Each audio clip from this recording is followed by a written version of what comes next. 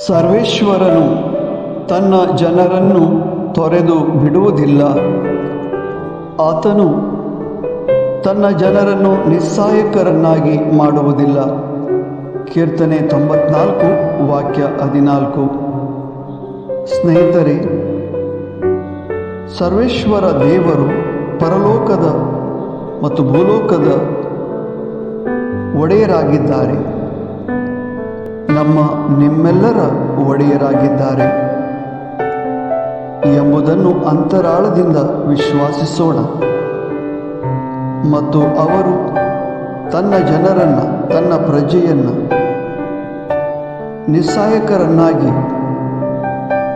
ಜೀವಿಸಲು ಬಿಡುವುದಿಲ್ಲ ಎಂಬುದನ್ನು ವಿಶ್ವಾಸಿಸಿ ಅವರ ರಕ್ಷಣೆಯನ್ನು ಹೊಂದೋಣ. ಆಮೇನ್.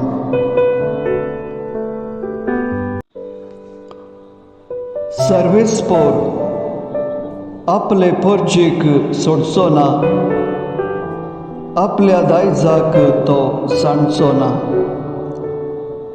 कीर्तन 90:4 ओळ 14. सर्वेस्पोर सर्ग आणि संसाराचो राय. आम्हा सर्वांचो तो राय जावन आसा हे आमी भावार्थान मानून घेवया. आणि तो आमकां ताचे दायज कशी राखून व्हरतलो म्हूण पातयेवया. आमेन.